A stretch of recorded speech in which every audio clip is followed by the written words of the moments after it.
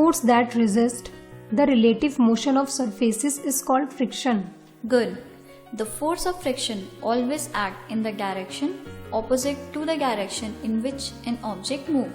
For example, a moving ball on the ground stops after covering a certain distance.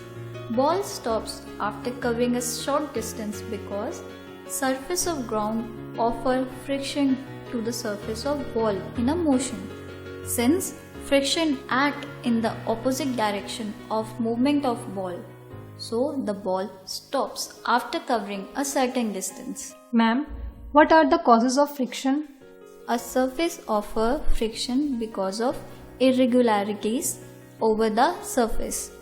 Friction is caused by interlocking of irregularities in the surface of the two objects which are in the contact with each other. The force of friction will be greater if very rough surfaces are involved. Ma'am, what is spring balance? Spring balance is a device which is used for measuring force acting on an object. The spring balance contains a coiled spring stretched when a force is applied to its free end. The extent by which the spring gets stretched is a measure of force applied. Can you tell me what are the factors that affects friction? The two factors are: number 1, the nature of two surfaces; number 2, the force with which two surfaces are pressed together. Good. First, nature of two surfaces.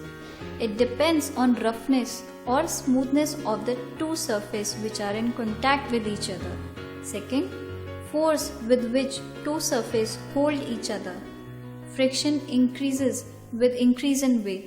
In the case of increase in weight, irregularities between surfaces get interlocked tightly because of pressure and the surface offer more resistance of the friction. Can you tell me the types of friction?